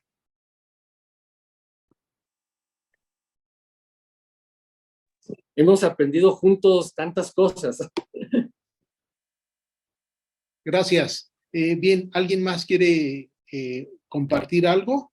Hay algunas preguntas en el chat, pero si alguien quiere, en lo que conjuntamos los comentarios, si alguien tiene algún comentario, alguna pregunta. Beatriz Pérez tiene la mano levantada. Ok. Si gusta. Adelante, Beatriz. Muy buena noche. Primero que nada, agradezco infinitamente, doctor Jorge, soy de las que vio su publicación en Facebook y bueno, aquí estamos y también invitamos a algunos compañeros. Soy de la docente de la Escuela Normal, profesor Fidel Mesey Sánchez de Huauchinango, Puebla. Doctor, bueno, primero que nada agradecer el compartir los espacios, el poder tener información de tan detallada de cómo se construye, de qué manera tenemos algunos ejemplos, las charlas que se generan, entre otras. En un grupo colegiado que llevamos dentro de la institución, justo en la semana estuvimos analizando las narrativas y tengo una duda, doctor, porque a nosotros fue lo que nos ha generado ciertas dudas. Para construir las narrativas, ya lo dijo muy bien usted, se habla de nuestra propia experiencia, de nuestras propias vivencias, de cómo es que lo hacemos. Sin embargo, nos queda todavía esta duda de si el alumno puede hacer uso de referentes teóricos dentro de la narrativa, porque en ocasiones, cuando nuestros alumnos están viviendo algo, puede que les llegue esta reflexión incluso de lo aprendido dentro del aula en el análisis de los argumentos teóricos, entre muchas otras. Entonces, bueno, esa es mi duda y finalmente, pues agradecer nuevamente la oportunidad de que pues estuviéramos más personas integradas en esta charla. Muchísimas gracias. Miren, desde luego que sí. Una de las compañeras que asesoro en este año, lo que hacemos nosotros es como ir haciendo el relato y al mismo tiempo leyendo otros textos. Y entonces ella de repente, valdría la pena que ella lo dijera, ¿no? Pero no sé si se atreva. Pero bueno, yo lo voy a decir. De repente encuentra un pasaje con su mamá donde ella su tesis es sobre la literatura, ¿no? Y encuentra un pasaje con su mamá donde su mamá los ponía a leer a manera de competencia y ella su hermano. Y entonces de repente encuentra un texto, no recuerdo cuál es, donde dice, ¿puedo meter esta referencia como para decir que efectivamente no comprendía lo que leía? ¿No? Entonces, pero vamos, el otro, el teórico o el otro escritor no entra como calzado, sino entra a manera de conversar. No entra para justificar lo que yo digo, sino entra, a propósito, fulano de tal también plantea esto o contradice esto, este supuesto que yo tengo de lo que es la lectura, ¿no? Es decir, no es que estemos peleados con APA, no, sino más bien la idea de que no se pierda la voz del que está haciendo el texto. Y para ello hay muchas maneras como de recuperarlo, ¿no? Entonces, ojo, no es eliminar la teoría, no, sino es encontrar un diálogo con la teoría, pero que no subsuma ni mi voz ni la del otro. Muchísimas gracias nuevamente. De hecho, la narrativa raya en estas epistemologías del sur, ¿no? En términos de emancipar al sujeto que escribe. Y gracias, doctor. Hay muchas felicitaciones, muchos comentarios muy positivos de la charla. Agradecen la sinceridad, la claridad con que manejó su pensamiento. Y tenemos aquí una pregunta de Mariana Ramírez. Pero entonces, si estoy trabajando con el paradigma positivista, ¿no puedo apoyar en la narrativa? Ya que entiendo que es un parámetro más subjetivo. Miren, lo que habíamos hecho comúnmente es recuperar textos de otros para ilustrar lo que nosotros decimos. Esa es una manera positivista de hacer las cosas y es totalmente válida. Lo que nosotros, o al menos lo que yo planteo desde la narrativa, es que justamente nos vayamos descubriendo. Porque la idea de, si yo ilustro con otras voces lo que yo digo, es el mundo mío que yo he construido, imaginado. Pero si yo voy nutriendo a partir de esas voces a manera de descubrirnos, vamos construyendo ese otro mundo, ¿no? Que es el mundo de la comprensión. Yo puedo usar narrativas para explicar un fenómeno, ¿no? Para explicar un hecho, para explicar un acontecimiento, pero yo no sé si estoy dando completamente los elementos para poder comprender ese fenómeno. Por ejemplo, yo puedo decir que muchos niños, y a través de sus voces, no alcanzan la competencia comunicativa, ¿no? Y entonces, de pronto, si yo meto un relato en el cual no es que el niño no comprenda, es que el texto no estaba bien planteado, es que el texto resultaba de una imposición que el niño no quería. Entonces, por ahí rayan mucho en por qué comprendemos o no los textos, ¿no? ¿El texto tiene que ver con lo que estamos haciendo o el texto tiene que ver con esa arbitrariedad cultural de la escuela, de la cultura escolar, ¿no? Pero eso lo descubrimos en las tramas de los maestros. Por ejemplo, hay una parte muy bonita de una maestra de Oaxaca, Livia, que decide cambiar, ¿no? Y entonces les dice a los niños, ¿qué les gustaría que hiciéramos? Que hiciéramos juntos. Y silencio total. Y les vuelve a hacer la pregunta 1 o 2 veces. Y entonces los niños le dicen, maestra, ¿y para qué nos pregunta eso si usted siempre ha decidido qué hacemos? O sea, ¿se imaginan? O sea, ¿cómo recuperar esa narrativa para descubrir que a veces los maestros, la verdad, tenemos un arbitrario cultural que se impone? Y se fijan, ya hice un constructo epistemológico, pero a partir de descubrir lo que la maestra está narrando. Entonces, esa es la idea, sumergirnos en la subjetividad del otro para ir encontrando asideros a los fenómenos que están para poder comprenderlos, no para decir, ay maestra, pues lo que se ve es que usted nunca les ha dado la palabra a los niños. No, sino cómo el niño se recupera a sí mismo aún en una tradición de cultura escolar. Ese es, no sé si me expliqué o me di a entender.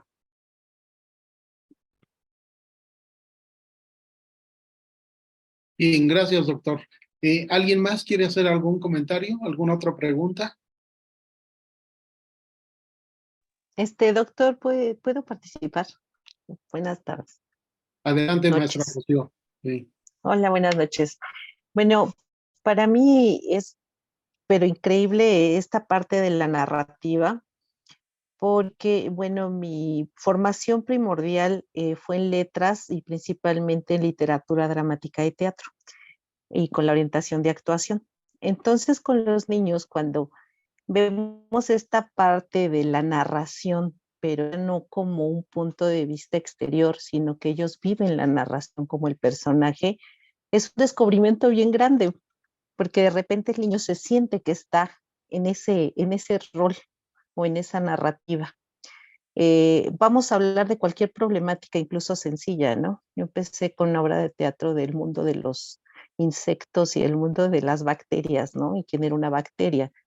Entonces ellos como que se meten en cuando les das chance a los niños, yo trabajo con 4., 5. y 6. grado, eh, se meten en ese mundo y en ese papel, yo creo que la narrativa es mucho más rica, como que ellos sienten esta parte y yo no simplemente como docente ya no eres quien dice qué, sino que ellos lo viven desde adentro. Creo que también el teatro es una parte fundamental que a veces no hemos dejado que se abra tanto. Yo sé que hay una parte que se llama teatro escolar, pero a veces queda muy reducido a lo importante que pudiera ser, porque las dramatizaciones o que el niño maneje un rol ayuda bastante a sentirse partícipe y dentro de. Gracias. Pero incluso la narrativa de Rocío ahorita, de las palabritas que nos dijo, puede potenciar hacia un campo, un objeto de estudio, el arte transversal en la educación básica. Ya está una tesis ahí, que surge a partir de las palabras de Rocío. O sea, lógicamente que no, yo entiendo que Rocío no dijo una anécdota así, sino pensó en cómo decirlo, pensó en cómo compartirnos eso y por qué compartirnos eso. Y entonces el investigador desde la narrativa se encarga de buscar por qué Rocío dijo lo que dijo.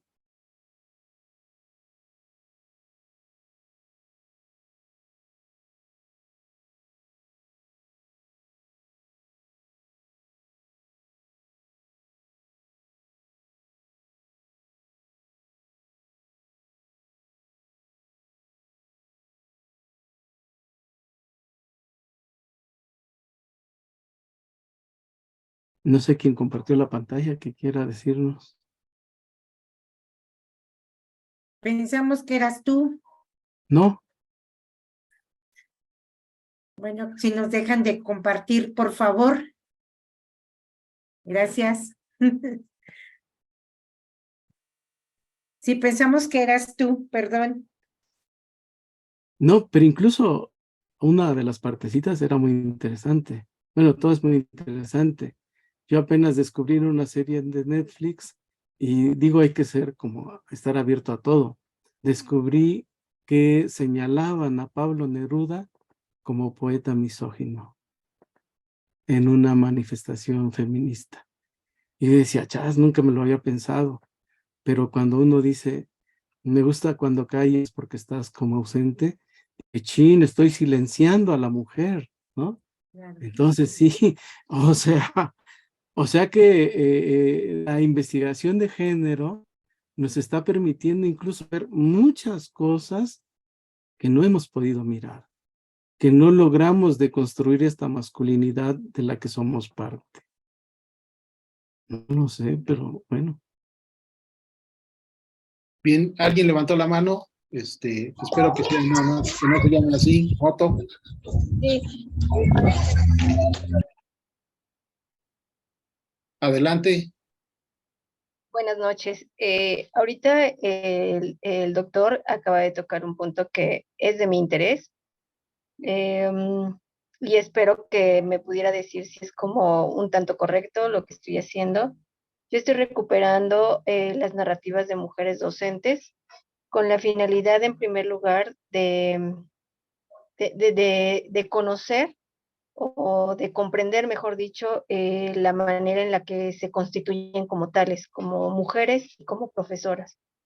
Hace rato decía de los referentes teóricos que podemos retomar y uno de ellos apuntándome como muy anticipada, retomó una teoría feminista para poder verificar esto, para poder entenderlo, como lo dije. Esto quiero pensar que mi idea no es tan incorrecta o no es tan fuera de lugar y la dejo sobre la mesa para que me pudiera comentar algo el doctor. Muchas gracias. Pues miren, yo rehuyo de decir que algo está bien y que está mal. Un maestro escritor decía, cuando uno le preguntaba, oye, ¿mi cuento está bien? Dice, lo que es y lo que no es, no es. ¿Qué quiso decir? Nunca supimos. Pero, ¿no? Pero si tú te piensas, la primer tesis sobre feminismo fue escrita a principios del siglo pasado en Argentina. La primer tesis sobre feminismo en investigación. El primer libro sobre feminismo, sin pretenderlo ser, pues es el Quijote, ¿no? El Quijote, cuando uno recupera los pasajes, sobre todo de Mari Sancha, cuando Sancho Panza regresa muy acá de una de sus viajes con el Quijote, le dice, mi hija se va a casar con el hidalgo tal. Y Mari Sancha, que estaba en la casa, le dice, estás pero muy equivocado. Mi hija se va a casar con quien ella ame y desee. Tú serás muy caballa, pero aquí no lo eres. O sea, si esa elocuencia tiene Mari Sancha, que no es el personaje principal, para decir las cosas como son, entonces yo creo que lo que estás haciendo tiene que ser algo muy bello. Ahí, ojalá pudieras, no sé si ya haya terminado, hay una tesis de doctorado en la UNAM, en pedagogía, sobre mujeres docentes, ¿cómo se dice? Gays. Su punto es que justamente los hombres tienen cabida en las escuelas, pero las mujeres se tienen que estar escondiendo. Entonces, lo que descubrieron con las mujeres que estaban siendo informantes de la tesis, le pidieron a la tesista que tuvieran encuentros, porque nos estamos descubriendo con otras que vivimos las mismas circunstancias. Entonces, por ahí yo creo que es muy interesante lo que estás haciendo y desde lo narrativo te va a potenciar muchísimo. Bien, escuchamos una participación para ir cerrando, por favor. Ana Cornejo, por favor, adelante. Gracias. Pues antes que nada, felicitar al doctor Jorge Chona, que aunque dice que es maestro, pues el nivel y la calidad que da la sencillez de esta forma. Por un lado, nos lleva por investigación, nos marca un nivel histórico, pero también construye lo imaginario. En lo personal, yo puedo decir también que aprende uno, bien uno ha estado en diferentes niveles educativos, me hace recordar cuando tuve a niños de tercer grado en el estado de Morelos, cómo en esta parte del español, al manejar las leyendas, se iban generando emociones, había empatía en lo que se narraba.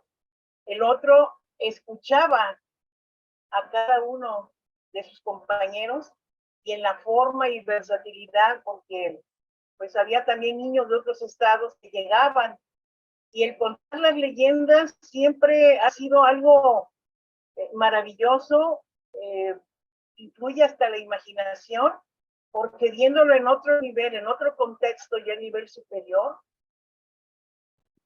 estudiantes de la Universidad Pedagógica, por ejemplo, trabajaron la microhistoria y recuperaron leyendas, pero es ver la otra forma en cómo se va trabajando, como este constructo que retoma la historia, que retoma el lugar geográfico y hace un referente a la identidad y a lo que cada uno maneja en la interpretación. En la narración se está construyendo de manera ficticia también, pero recuenta una historia que ha sucedido. Bien, las familias son un sistema, en la escuela también hay sistemas. Entonces, cada una de las formas que se van manejando al construir una historia, parte de nosotros queda ahí, pero quien lo lee posteriormente interpreta a partir de sus referentes. Y esta parte pues nos lleva a esta investigación, que la investigación educativa pues también recupera. En el caso de Normales, también estamos tomando esta experiencia. No ha sido tan fácil este proceso porque a pesar de que es la normal, aquí en el estado de Guerrero, no le gusta leer. Si estamos escuchando al doctor Jorge Chona, y marca el Quijote y marca otras novelas o historias, el alumno en su contexto actual no tiene esos referentes.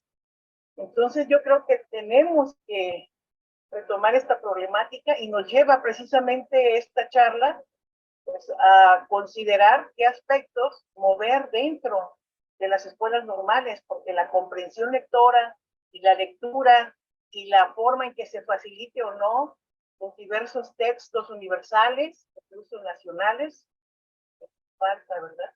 Ese es mi comentario y muchas gracias, doctor Jorge Chona, y a todos los compañeros presentes.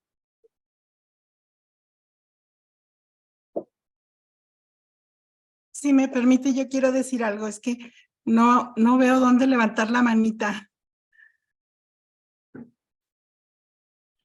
Adelante, maestra, la escuchamos. Sí, muchas gracias.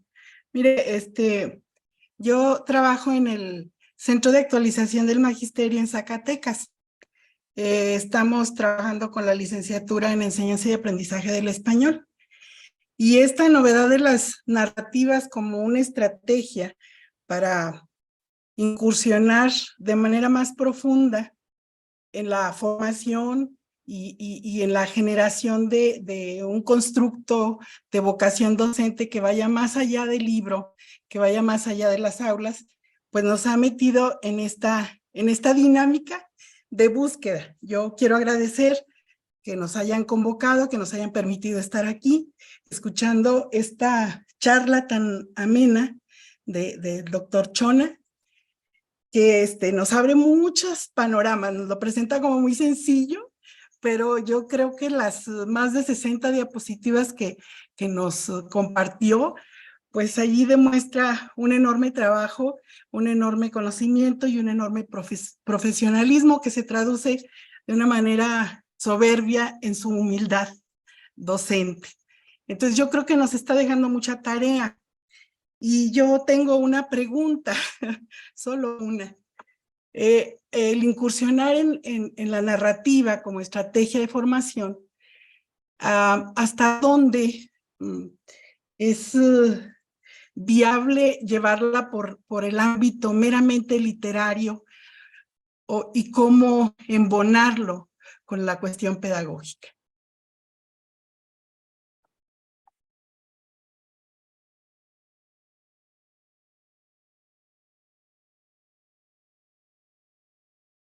Tu micrófono, perdón. Gracias. Un punto fundamental es si logramos construir narrativas pedagógicas, radica lo pedagógico, ¿no? Por ejemplo, uno empieza a escribir de la experiencia, le da estructura, da todo, pero de repente se olvidó de lo que estaba escribiendo. O sea, eliminó la parte de lo pedagógico. Es decir, lo pedagógico en términos de lo reflexivo que tiene la acción narrada, ¿no? Entonces, por ahí tiene mucho que esa parte que tú planteas. Es decir, no me puedo, yo puedo hacer estudios de literatura, ¿no? Pero no necesariamente lo literario es pedagógico, ¿no? Habría que encontrar de hecho, yo cuando ingresado fue porque pues no tengo nada publicado. Y entonces, les decía, si voy al Sistema Nacional de Creadores, me va a decir que presente 3 obras para que me den la beca. Y entonces yo mañosamente, como somos los de Guerrero, ¿no? Dije, no, pues voy al doctorado que me dan la beca y voy a plantear hacer una novela pedagógica. Y justamente hubo un dilema porque yo narraba mis conversaciones con la abuela. Y decían, ¿y eso dónde lo vas a meter? Le digo, pues como introducción. No, no puede ir. Bueno, lo meto como epílogo. No, no puede ir. Y entonces, bueno, mételo hasta el final, ¿no? Es que les digo, la tesis habla sobre maestros que recuperan su experiencia. Una voz silenciada muchas veces que vale la pena recuperar.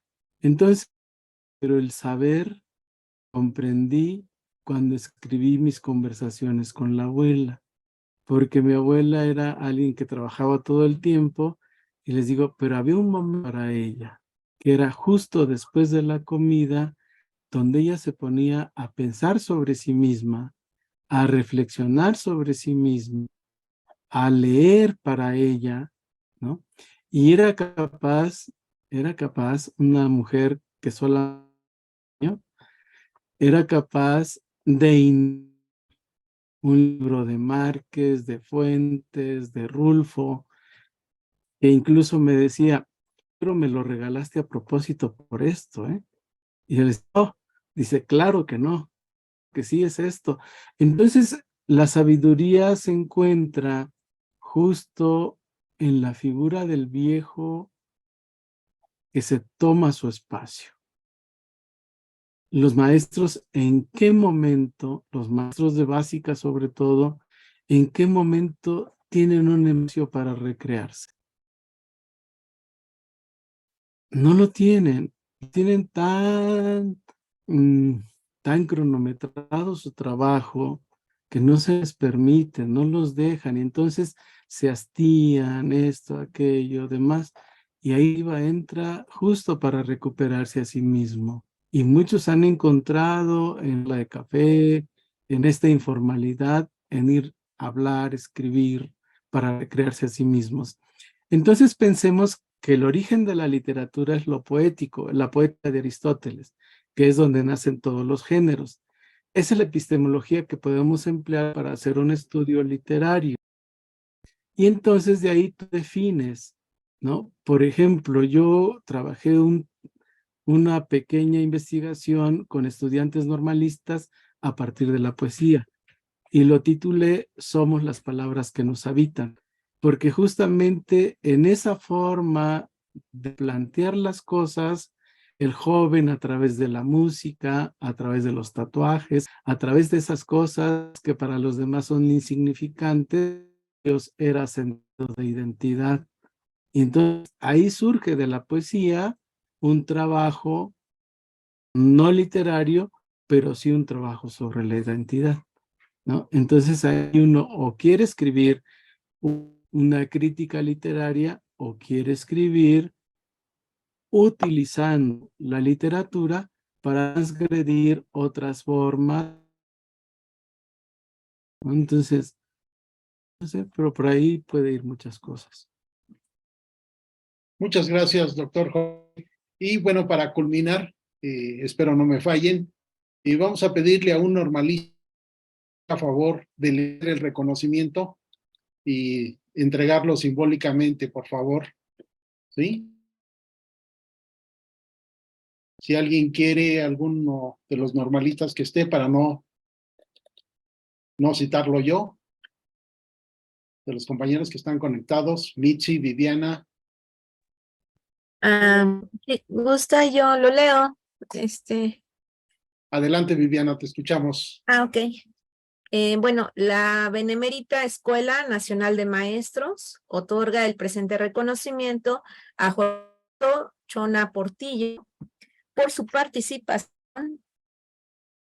Nada más, déjenme lo pongo más grande, es que lo veo muy chiquita y la letra lo podrán agrandar un poquito. Por su participación. Es que se ven muy pequeñitas estas las letras. Como ponente en la conferencia virtual, la narrativa en la investigación educativa, llevada a cabo durante el semestre par correspondiente al ciclo escolar 2022-2023. La directora María Guadalupe Ugalde Mancera, Ciudad de México, a 30 de mayo de 2023. Una felicitación para usted, maestro Jorge Chona. Gracias por hoy y todo muy explícito. Pues agradecemos el espacio que nos abrió la Benemérita, a todos los compañeros de las diferentes partes del país, que hoy ya somos locales todos, ya nadie es foráneo por estos medios, y la participación de nuestros normalistas. Agradecemos a todos su disposición y que tengan buena noche. Gracias. Muchas gracias a todos. Nada más recordar que mañana estará publicada la conferencia en la página de nuestra escuela por Face Live, SBMN de la Benemérita. Y pues agradecemos infinitamente a todos y al que nos prestó su sala, al maestro Rubén Altamirano de la UNAM. Muchísimas gracias. Gracias, doctor Jorge Alberto Chona Portillo, un placer que seas mi compañero. Muchas felicidades.